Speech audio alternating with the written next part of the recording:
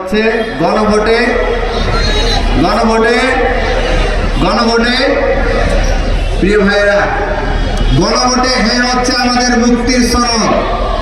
আমাদের জীবনের যে কোনো মূল্যে হলেও এই জুলাই সনদকে আমাদের বাস্তবায়ন করতে হবে।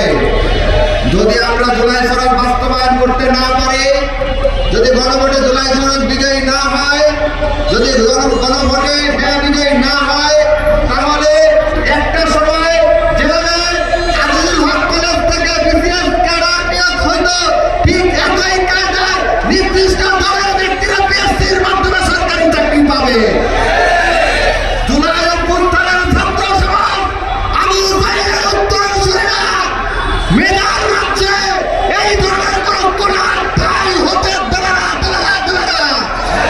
সংগ্রামের সাথী বন্ধুগণ, আমরা দেখতে পাচ্ছি কেউ কেউ একদিকে মুখে গণভোটে হ্যাঁ কথা বলছেন, অন্যদিকে তৃণমূলে ন্যায়ের পক্ষে গণক্যাম্পেইন চালু করছেন।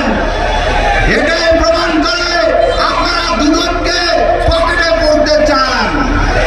দুদককে পকেটে পুরলে কি করা যাবে? দুদককে পকেটে পুরলে 5 বার বিশ্ব চ্যাম্পিয়ন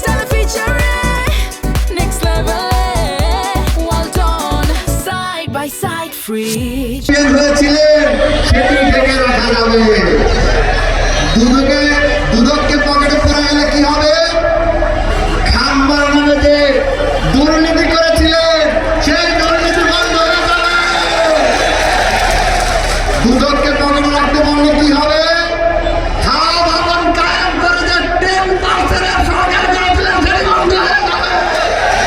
সেই কারণে কেউ এখনই গণভোটে হ্যাঁর বিরুদ্ধে, জুলাই সনদের বিরুদ্ধে, সংস্কারের বিরুদ্ধে অবস্থান নিয়েছে।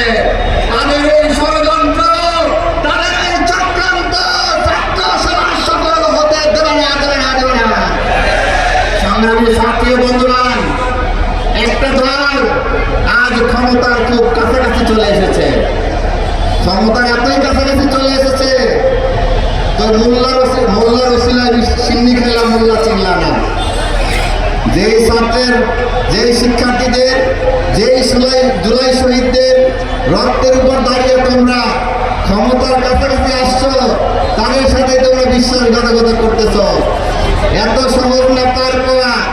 বিএনপির স্থায়ী কমিটির সদস্য ইকবাল হাসান মাহমুদ টুকু বলেছেন, আপনারা হয়তো বক্তব্য শুনেছেন, যে ছাত্রদেরকে, জুলাই জনতাদেরকে নিয়ন্ত্রণ করতে নাকি তারা মার্শাল ল জারি করবে। তার এই বক্তব্য খুনি হাসিনা 19 জুলাই যে কারফিউ জারি করেছিল, ঠিক একই আচরণের সামিল ছাড়া আর কিছুই নয়। যারা ছাত্রদেরকে ধরে হাসিনার মতো আমরা সেনাবাহিনীকে ব্যবহার করতে চায়, জনগণের প্রত্যেক কাজে আমরা ভারতে পাঠিয়ে দেওয়ার জন্য প্রস্তুত আছে।